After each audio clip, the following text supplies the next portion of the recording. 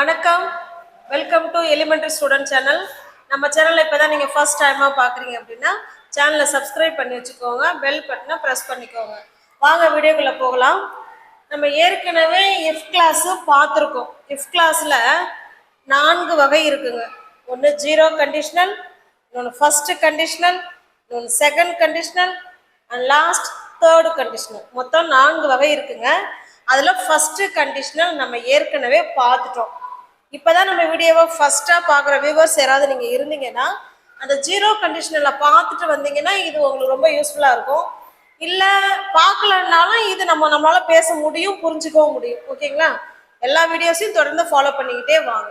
இப்போ பாருங்கள், நீ சாப்பிட்டால், நீ படித்தா, நீ வந்தா, நீ கேட்டா, நீ பார்த்தா, இல்லை நீ சமைத்தால், இல்லை நீ போனால், இல்லை நீ குதிச்சா, இந்த மாதிரிலாம் சொல்லுவோம் இல்லைங்களா? இப்போ நீ சாப்பிட்டா அந்த சென்டென்ஸ் முழுமை அடைஞ்சிருக்கா? எல்லா சென்டென்ஸும் பாருங்க, இது வந்து ஃபுல்ஃபில் ஆயிருக்கா? முழு அர்த்தத்தை கொடுக்குதா? நீ சாப்பிட்டா என்ன ஆகும் அடுத்தது நம்ம சொல்லணும்ல. இப்போ நீ சாப்பிட்டா நீ குண்டாயிடுவ, இல்லை நீ நல்லா சாப்பிட்டினா, நல்லா ஹெல்த்தியான ஃபுட்டு சாப்பிட்டினா நீ நல்லா இருப்ப அப்படின்னு சொல்லணும்ல. நீ படிச்சினா நீ ஒரு டாக்டர் ஆயிடலாம், இல்லை ஒரு ஆசிரியர் ஆயிடலாம். நீ வந்தா நான் வருவேன். அப்போ இன்னொரு சென்டென்ஸை சார்ந்து இருக்கு. இது இந்த சென்டென்ஸ் எல்லாமே இன்னொரு சென்டென்ஸை என்ன செஞ்சிருக்கு? சார்ந்து இருக்கு. அப்ப இவங்களோட இவங்க சேரும் பொழுதுதான் அவங்க ஒரு முழுமையான அர்த்தத்தை நமக்கு கொடுப்பாங்க. ஓகேங்களா? அப்ப இந்த பார்ட் இருக்குங்க இல்லைங்களா, இந்த பார்ட் தான் இஃப் கிளாஸ். இஃப் கிளாஸ்ன்னு சொல்றது அதான் கண்டிஷன். இது என்ன சொல்றதுங்க? கண்டிஷன். கண்டிஷன்னா என்ன? வேற ஒன்றும் இல்லை. நீ சாப்பிட்டா நம்ம கண்டிஷன் பண்றோம்ல, நீ சாப்பிட்டா நான் உன் வீட்டுல சாப்பிடுவேன், இல்லைன்னா நான் சாப்பிட மாட்டேன். நீ வந்தினா நான் வருவேன். இதுதான் இது கண்டிஷன். ஓகேங்களா? இந்த கண்டிஷன் எப்ப நடக்குது?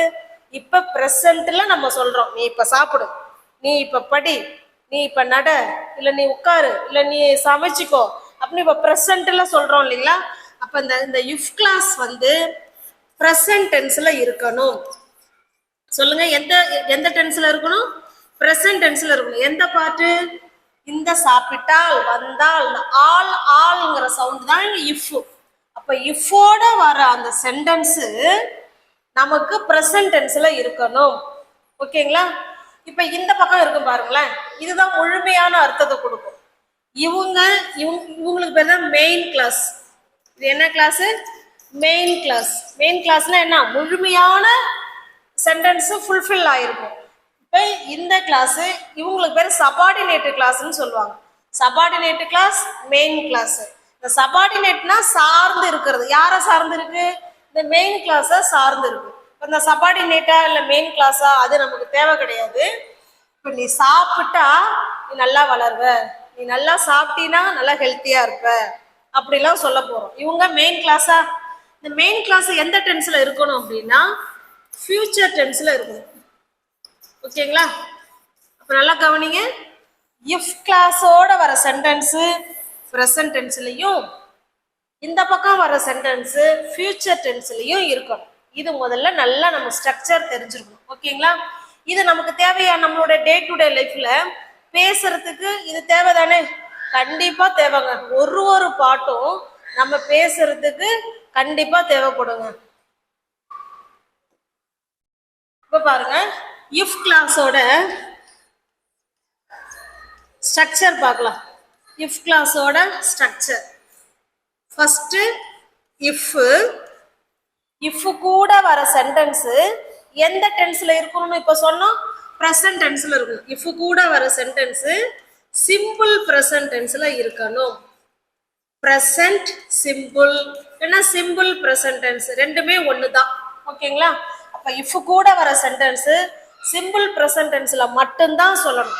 மற்ற டென்ஸ் சொல்லணுமாங்க அப்படின்னா சொல்லக்கூடாது. இது எப்ப? இது ஃபர்ஸ்ட் கண்டிஷனல். இப்போ நம்ம பார்க்கறது ஃபர்ஸ்ட் கண்டிஷனல்.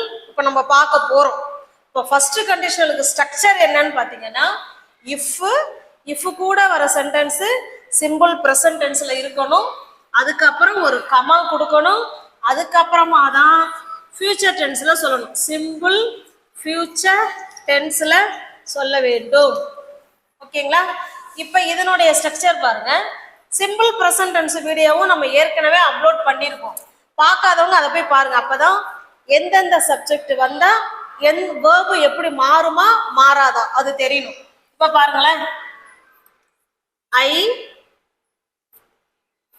வி, யூ, தே இவங்கெல்லாம் சப்ஜெக்டா வந்தாங்கன்னா இவங்க கூட வேர்ப் ஒன்று மட்டும்தான் வருவாங்க. ஓகேவா? இது நமக்கு முதல்ல தெரிஞ்சிருக்கணும். சிம்பிள் ப்ரெசன்ட் டென்ஸோட ரூல்ஸ்.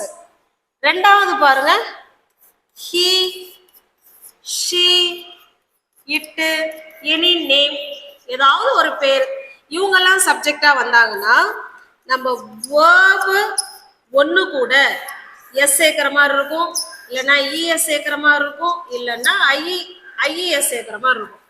இதுதான் ஸ்ட்ரக்சர். இது சிம்பிள் ப்ரெசன்ட் டென்ஸுக்கு உள்ள ஸ்ட்ரக்சர். இந்த பக்கம் பாருங்க, ஃபியூச்சர் டென்ஸு ஆல் சப்ஜெக்ட், எந்த சப்ஜெக்டா இருந்தாலும் சரிதான், ஆல் சப்ஜெக்ட் பிளஸ் வில்லு பிளஸ் வேர்பு ஒன்று. ஓகேங்களா? இப்போ இது உங்களுக்கு ஓகேவா? அந்த பக்கம் ஃபியூச்சர் டென்ஸு செம easy.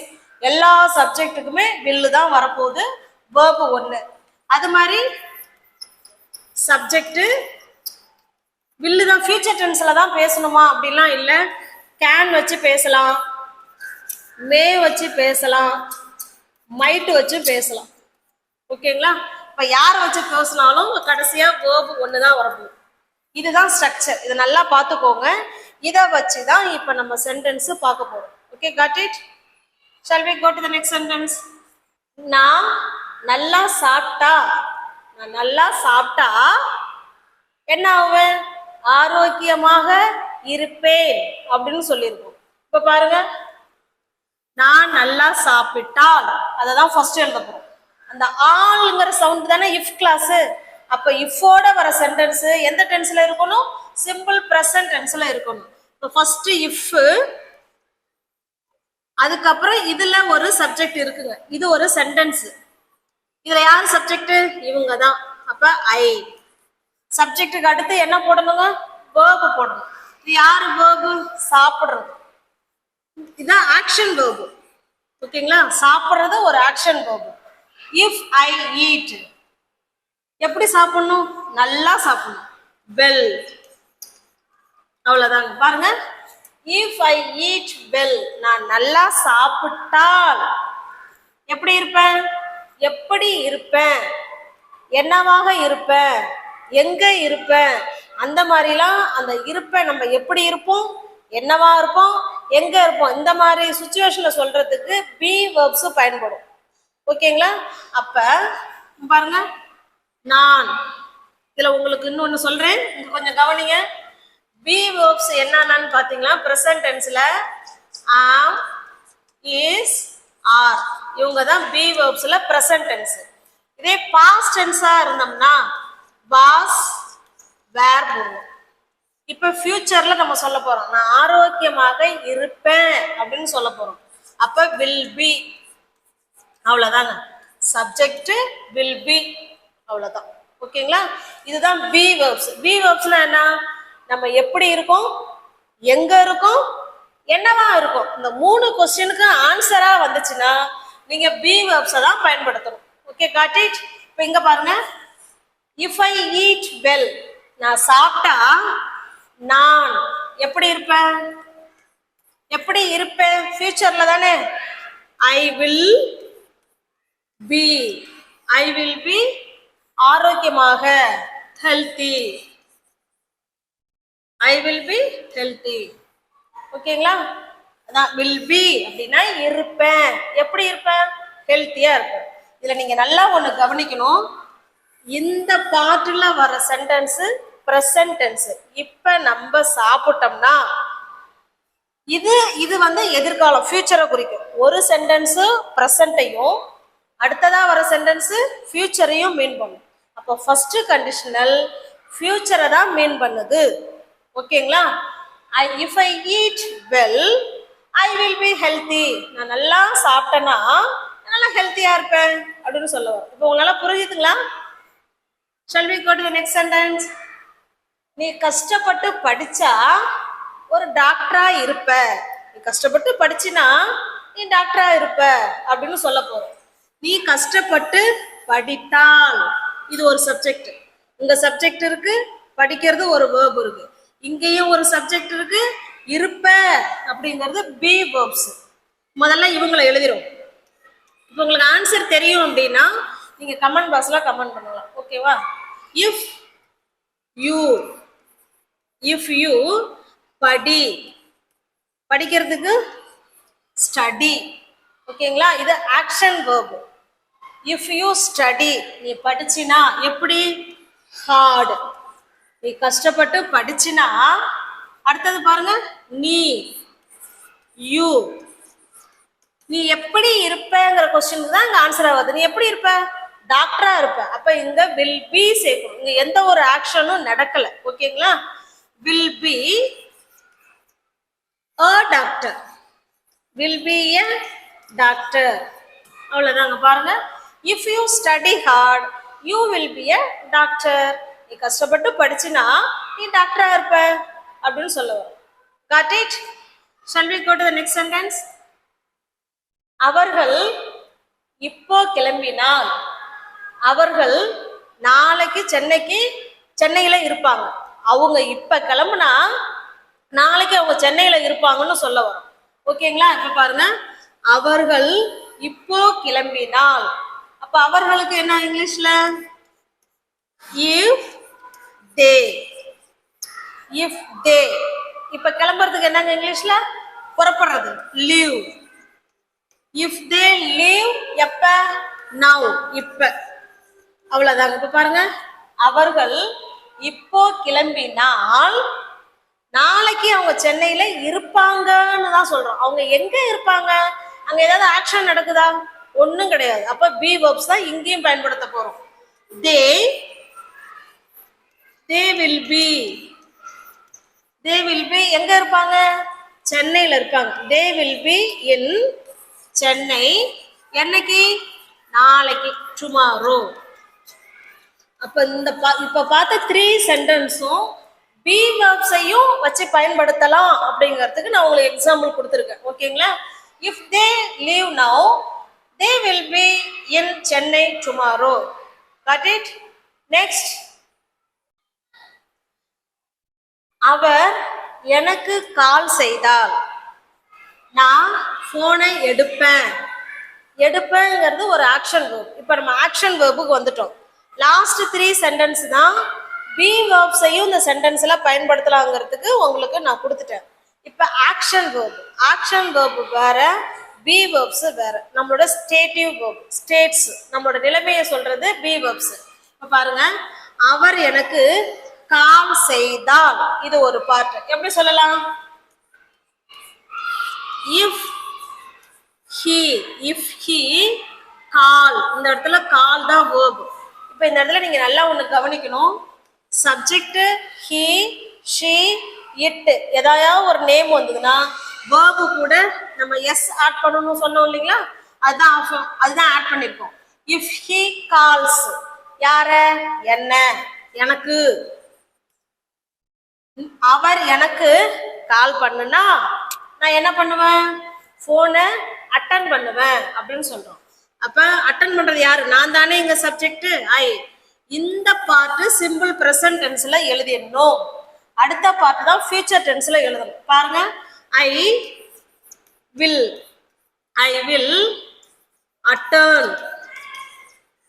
Attend the verb. I will attend the phone. நான் போனை அட்டன் பண்ணுவேன் அப்படின்னு சொல்றோம். ஓகேங்களா? இல்ல இந்த இடத்துல வேர்ப் இன்னொன்னு சொல்லிக்கலாம். ஆன்சர் த ஃபோன் அப்படியும் வேர்ப் சொல்லலாம். ஒன்னு அட்டன் த ஃபோன், இல்லைன்னா answer the phone. If he calls me, அவர் என்ன கூப்பிட்டா I will attend the phone, இல்லைன்னா I will answer the phone. Okay? Shall we go to the next sentence? அவர்கள் தாமதமாக வந்தால் ரயில விட்டுருவாங்க. அவங்க லேட்டா வந்தா ட்ரெயினை விட்டுருவாங்க அப்படின்னு சொல்ல போறோம். இப்ப பாருங்க, அவர்கள் தாமதமாக வந்தால். ஃபர்ஸ்ட் இஃப், அவர்கள் தே. வர்றதுக்கு இங்கிலீஷ்ல கம் இல்லைன்னா அரைவ் அப்படி கூட வச்சுக்கலாம். ஓகேங்களா? இஃப் தே கம் தாமதமாக, லேட். நல்லா கவனிங்க. இந்த வேர்பு கூட நம்ம எஸ் இங்க போடல பாருங்க. ஏன்? ஐவி யூ தே வந்தா வேர்பு மட்டும்தான் எழுதணும். இஃப் தே கம் லேட், அவங்க லேட்டா வந்தா அவங்க என்ன பண்ணிடுவாங்க? ட்ரெயினை மிஸ் பண்ணிடுவாங்க அப்படின்னு சொல்றோம். அப்ப யூ சப்ஜெக்டுக்கு அப்புறம் ஒரு வில்லு, அதுக்கப்புறம் தான் verb. Miss, I will miss. இதுவும் பேஸ் ஃபார்ம் ஆஃப் வேர்பு தான், இதுவும் பேஸ் ஃபார்ம் ஆஃப் வேர்பு ஒன்று தான். ஓகேங்களா? You will miss the train. யூல என்ன தே தானே சப்ஜெக்ட், அப்ப இந்த இடத்துல தே சொல்லணும். They will miss the train. நல்லா கவனிங்க. அவர்கள் லேட்டா வந்தா ட்ரெயினை விட்டுருவாங்க அப்படின்னு சொல்றோம். இது எல்லாமே ஃபியூச்சரை இண்டிகேட் பண்ணி தான் சென்டென்ஸ் இருக்கு. இதுதான் ஃபர்ஸ்ட் கண்டிஷனல். ஃபியூச்சரை இண்டிகேட் பண்ணி தான் சென்டென்ஸ் இருக்கும். அது நடக்கும், நடக்காமலே இருக்கலாம், அது அடுத்ததுங்க. ஆனா 90% நடக்கிறதுக்கு வாய்ப்பு இருக்கு. அப்படிங்கிற பட்சத்துல தான் நம்ம ஃபர்ஸ்ட் கண்டிஷனலை யூஸ் பண்ணுவோம். இஃப் தே கம் லேட், அவங்க லேட்டா வந்தா they will miss the train, அவங்க ட்ரெயினை மிஸ் பண்ணிடுவாங்க அப்படின்னு சொல்றோம். Shall we go to the next sentence? நீ அதிகமாக ஜங்க் ஃபுட்டு, ஜங்க் உணவு எடுத்துக்கிட்டா, துரித உணவு எடுத்துக்கிட்டா உடல் நலவு குறைவு ஏற்படும் அப்படின்னு சொல்றோம். நீ அதிகமா ஜங்க் ஃபுட் எடுத்துக்கிட்டீங்கன்னா உன் உடம்பு வீணா போயிடும் அப்படின்னு சொல்ல வரும். இப்ப பாருங்க, நீ அதிகமாக, இஃப் யூ, இஃப் யூ சாப்பிட்றதுக்கு என்னங்க இங்கிலீஷ்ல? ஈட். இஃப் யூ ஈட் எப்படி? அதிகமாக. அப்ப too much, too much of junk food. என்ன ஃபுட்டு? Junk food. நீ அதிகமான உணவு, துரித உணவு எடுத்துக்கிட்டா உன்னுடைய உடல்நலை என்ன ஆயிடும்? கெட்டு போயிடும் அப்படின்னு சொல்றோம். அப்ப நீ நோயாயிடுவ அப்படின்னு சொல்றோம். You will, you will get sick. ஓகேங்களா? இப்ப பாருங்க, if you eat too much of junk food, நீ அதிகமான ஜங்க் ஃபுட் சாப்பிட்டா you will get sick, நீ வந்து நோய்வாய்ப்பட்டுருவ அப்படின்னு சொல்றோம். Shall we go to the next sentence? நீ என்னை அழைத்தால் நான் பார்ட்டிக்கு வருவேன். நீ என்னை கூப்பிட்டா நான் பார்ட்டிக்கு வருவேன் அப்படின்னு சொல்றோம். இப்ப பாருங்க, நீ என்னை அழைத்தால் என்ன சொல்லலாம்? If you, if you. அந்த மாதிரி பார்ட்டி, ஏதாவது ஒரு ஃபங்க்ஷனுக்கு அழைக்கிறதுலாம் நம்ம கால்னு போடாம இன்வைட்னு போடணும். இஃப் யூ இன்வைட், யார? என்ன.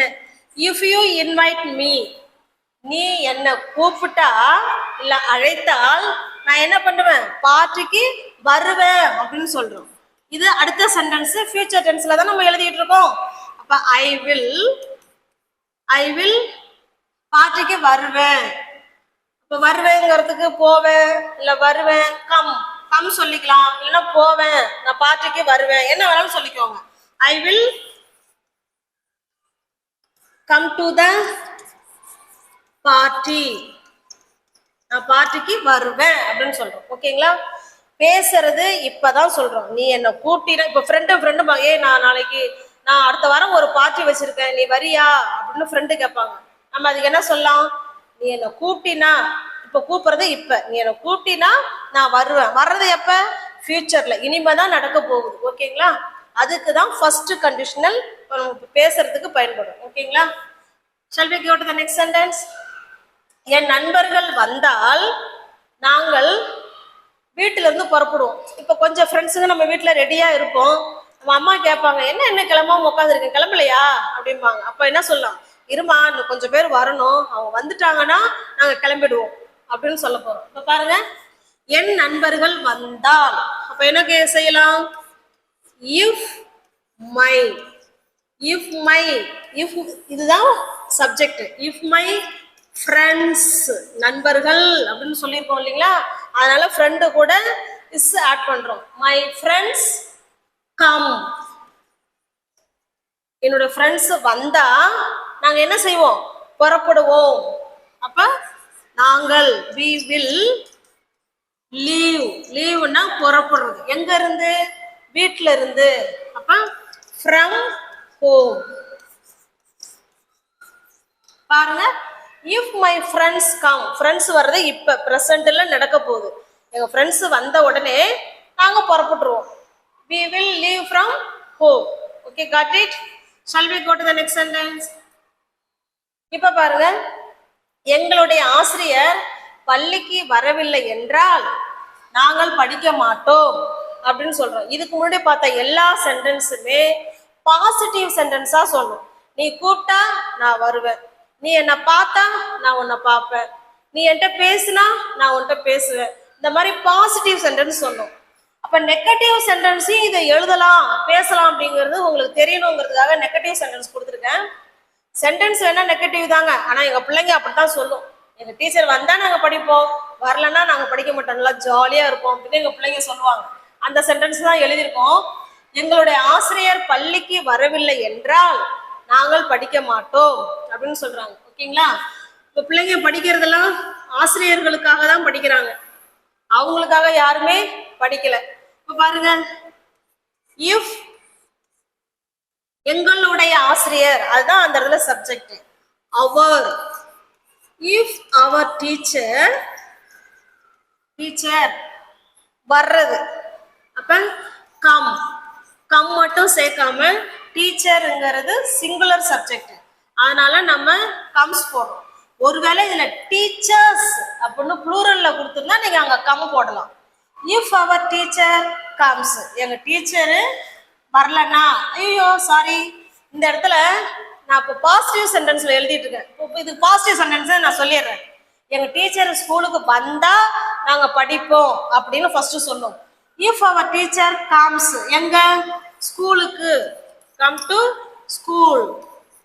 எங்களுடைய ஸ்கூலுக்கு டீச்சர் வந்தா நாங்க படிப்போம். நாங்கள் we will study. எங்க டீச்சர் ஸ்கூலுக்கு வந்தா நாங்க படிப்போம் அப்படின்னு சொல்லிட்டோம். இப்ப எங்க டீச்சர் ஸ்கூலுக்கு வரல, நாங்க படிக்கல அப்படின்னு சொல்ல போறோம். எப்படி சொல்லலாம்? சேம் சென்டென்ஸ் அப்படியே பாருங்க. இஃப் அவர் டீச்சர், இஃப்க்கு அடுத்தது கட்டாயமா ஒரு சப்ஜெக்டை எழுதிக்கணும். ரெண்டு சென்டென்ஸ்லயுமே சப்ஜெக்டிவ் இருப்பாங்க, வேர்பும் இருப்பாங்க. இஃப் அவர் டீச்சர், இது வேர்பு, இது சப்ஜெக்ட். இந்த சப்ஜெக்டுக்கும் வேர்புக்கும் நடுவுல ஒரு நெகட்டிவ் வேர்டு சேர்க்கணும். Don't, doesn't. ப்ரெசன்ட்டுக்கு நெகட்டிவ் வேர்டு ஒன்று டோன்ட், இன்னொன்று டசன்ட். இந்த இடத்துல டீச்சர்னு ஒருத்தவங்களை சொல்றதுனால நம்ம doesn't, does plus not doesn't come. எங்களோட டீச்சர் வரலனா, எங்க வரலனா? To school. அதே எழுதிடலாம். எங்க டீச்சர் ஸ்கூலுக்கு வரவில்லை என்றால் நாங்க என்ன செய்ய மாட்டோம்? படிக்க மாட்டோம். இப்ப இத பாருங்க, இந்த சப்ஜெக்ட், இது verb. இந்த will கூட not ஆட் பண்ணிக்கிறோம். ஓகேங்களா? we won't, will நாட்டும் சேர்ந்து won't, we won't study. அவ்வளவுதான். இப்ப பாருங்க, if our teacher comes to school, எங்க டீச்சர் ஸ்கூலுக்கு வந்தா we will study, நாங்க படிப்போம். if our teacher doesn't come to school, எங்க ஸ்கூலுக்கு டீச்சர் வரலன்னா we won't study, நாங்க படிக்க மாட்டோம் அப்படின்னு சொல்றோம். ஓகேங்களா? இப்போ பாசிட்டிவ் சென்டென்ஸும் எழுதலாம், நெகட்டிவ் சென்டென்ஸும் எழுதலாம். நெக்ஸ்ட், இப்ப பாருங்க, நீ படிக்கலன்னா தேர்வுல தோல்வி அடைஞ்சிருவ, ஃபெயில் ஆயிடுவேன்னு சொல்றோம். நீ படிக்கலன்னா நீ ஃபெயில் ஆயிடுவ, நீ படிச்சா பாஸ் பண்ணிடுவ. அப்ப பாசிட்டிவ் சென்டென்ஸ்லயும் சொல்லலாம், நெகட்டிவ் சென்டென்ஸ்லயும் இந்த இஃப் கிளாஸை பயன்படுத்திக்கலாம். இப்போ ஃபர்ஸ்ட், நீ படிச்சா பாஸ் பண்ணலாம் அப்படின்னு எழுதிடலாம். இஃப் யூ ஸ்டடி, நீ படித்தால் என்ன பண்ணலாம்? நீ பாஸ் பண்ணலாம். You will pass. அவ்வளவுதான், யூ வில் பாஸ். நீ படிச்சா பாஸ் பண்ணிடுவ, ஈஸியா முடிச்சிட்டோம். இப்ப நீ படிக்கலன்னா நீ ஃபெயில் ஆயிடுவ அப்படின்னு சொல்ல போறோம். ஓகேங்களா? இல்லைன்னா நீ வந்து படிக்கலைன்னா பாஸ் பண்ண மாட்ட அப்படியும் சொல்லலாம். இப்ப பாருங்க, இந்த இஃப் அப்படியே எழுதுங்க. இஃப் சப்ஜெக்ட், இந்த சப்ஜெக்டுக்கும் வேர்புக்கும் நடுவுல தான் ஒன்று டோன்ட்டு இல்லைன்னா டஸ்ன்ட்டு சேர்க்கணும். இந்த யூ வந்திருக்கிறதுனால நம்ம டோன்ட் சேர்க்க போறோம். ஸ்டடி, நீ படிக்கலன்னா, நீ படிக்கலன்னா நீ என்ன பண்ணிடுவ, ஃபெயில் ஆயிடுவ அப்படின்னு சொல்றோம். யூ வில் ஃபெயில் அப்படின்னு சொல்றோம். ஒருவேளை நீ பாஸ் பண்ண மாட்ட அப்படின்னு இதையும் நெகட்டிவ்ல சொல்றோம்னா யூ won't pass. ஓகேங்களா? அவ்வளவுதாங்க. இஃப் யூ டோன்ட் ஸ்டடி, நீ படிக்கலன்னா யூ won't pass, நீ பாஸ் பண்ண மாட்ட. இஃப் யூ won't ஸ்டடி, நீ படிக்கலன்னா யூ வில் ஃபெயில், நீ ஃபெயில் ஆயிடுவ அப்படின்னு சொல்றோம். Got it? Shall we go to the next sentence? அவன் நேரத்துல வரலன்னா நாங்க விட்டுட்டு போயிடுவோம். அவங்க நேரத்துல வந்தா கூட்டிட்டு போவோம், வரலன்னா விட்டுட்டு போயிடுவோம் அப்படின்னு சொல்ல போறோம். பாருங்க, இஃப் she comes, நேரத்தில் அப்படின்னா சரியான நேரத்தில் அர்த்தம், on time. If she comes on time, சரியான நேரத்துல அவ வந்தா, ஓ வரலன்னான்னு சொல்லியிருக்கோம் இல்லைங்களா, முதல்ல பாசிட்டிவா சொல்லிடலாம். If she comes on time, அவ சரியான நேரத்துல வந்தா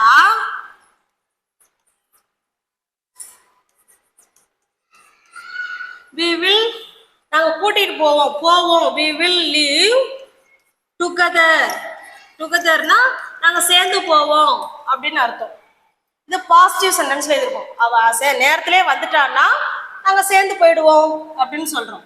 இப்ப அவ நேரத்துல வரலன்னா நெகட்டிவ்ல சொல்றோம். இப்ப அப்படியே பாருங்க, இஃப் ஷி இந்த வேர்புக்கும் இந்த சப்ஜெக்டுக்கும் நடுவுல தான் டசன்ட் இல்லைன்னா டோன்ட் சேர்க்கணும். அது சப்ஜெக்டை பொறுத்து மாறும்.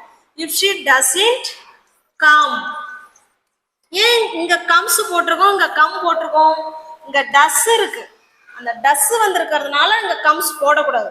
நெகட்டிவ் சென்டென்ஸ்ல நீங்க வேர்பு கூட எஸ்ஓ இல்ல இஎஸ்ஓ இல்ல ஐஎஸ்ஓ ஆட் பண்ண கூடாது. பாசிட்டிவ் சென்டென்ஸுக்கு மட்டும்தான் அது பொருந்தும் அந்த rules. If she doesn't come on time, அவ சரியான நேரத்துக்கு வரலன்னா நாங்க என்ன பண்ணிடுவோம், அவளை விட்டுட்டு போயிடுவோம். இப்ப பாருங்க,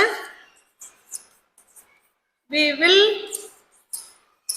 live யார, without her, அவளை இல்லாம நாங்க கிளம்பிடுவோம்னு சொல்றோம். ஓகேங்களா? அதான் அவளை விட்டுட்டு போயிடுவோம். got it? அப்ப ஃபர்ஸ்ட் கண்டிஷனல்ங்கிறது நல்லா கவனிங்க, ஒரே கால. ஃபர்ஸ்ட் கண்டிஷனல் என்னன்னா, ஃபர்ஸ்ட் சென்டென்ஸ் பிரசன்ட்லயும், ஃபர்ஸ்ட் சென்டென்ஸ் பிரசன்ட், இஃபோட வர சென்டென்ஸ் பிரசன்ட் டென்ஸ்லயும், அதுக்கப்புறமா வர்றது ஃபியூச்சர் டென்ஸ்லயும் இருக்கணும். Okay, got it? இப்போ அதில் வில்லு மட்டும்தான் வருமாங்க அப்படின்னா கிடையாது. கேன் வரும், கேன் வச்சு பேசலாம், மே வச்சு பேசலாம், மைட் வச்சு பேசலாம். ஓகேங்களா? இப்போ இதுக்கு ஒரே ஒரு எக்ஸாம்பிள் பாருங்க. நீ என்னை கேட்டா என்னால உனக்கு உதவி செய்ய முடியும், நீ முதல்ல கேளு, என்னால உதவி செய்ய முடியும் அப்படின்னு சொல்ல போறோம். அப்ப பாருங்க, இஃப் யூ ஆஸ்க் மீ, நீ என்னை கேட்டா நான் உனக்கு உதவி பண்ண முடியும். ஐ சப்ஜெக்டுக்கு அடுத்து சப்ஜெக்ட், அதுக்கப்புறம் கேன், ஐ கேன் ஹெல்ப், என்னால ஹெல்ப் பண்ண முடியும். ஓகேங்களா? இங்க போய் நீங்க வில் கேன் போட்டக்கூடாது. கேன் மே மைட்டு பேசுனீங்கன்னா அங்க வில் வராம சப்ஜெக்ட் அடுத்தது கேன், இல்லைன்னா மே, இல்லைன்னா மைட்டு. ஆனா இங்க வேர்பு ஒண்ணுதான். ஓகேங்களா? உங்களுக்கு புரிஞ்சிருக்கும்னு நினைக்கிறேன். நம்ம வீடியோவை தொடர்ந்து நீங்க ஃபாலோ பண்ணிக்கிட்டே வாங்க. உங்களுக்கு நல்லா இங்கிலீஷ் நல்லா புரியும், உங்களால ஃப்ளூவெண்டா பேச முடியும். உங்களோட குழந்தைங்களுக்கு உங்களால டீச் பண்ண முடியும். உங்க குழந்தைங்களுக்கு நீங்க நல்ல நம்பிக்கையோட கான்ஃபிடென்ட்டா சொல்லி கொடுக்கலாம். நம்ம வீடியோவை ஃபாலோ பண்ணுங்க. இப்போ உங்களுக்கான கொஸ்டின், நீங்க வீடியோ அப்லோட் பண்ணுனா நாங்க வீடியோவை பார்ப்போம். இது பாசிட்டிவ் சென்டென்ஸு. நீங்கள் வீடியோ அப்லோட் பண்ணலைன்னா நாங்கள் பார்க்க மாட்டோம், இது நெகட்டிவ். இப்போ எங்கள் பிள்ளைங்க சொல்கிற மாதிரி தான், டீச்சர் வந்தால் நாங்கள் படிப்போம், டீச்சர் வரலன்னா நாங்கள் படிக்க மாட்டோம் அப்படின்னு எங்கள் பிள்ளைங்க சொல்கிறாங்கல்ல, அந்த மாதிரி தான் இப்போ நீங்களும் சொல்ல போகிறீங்க.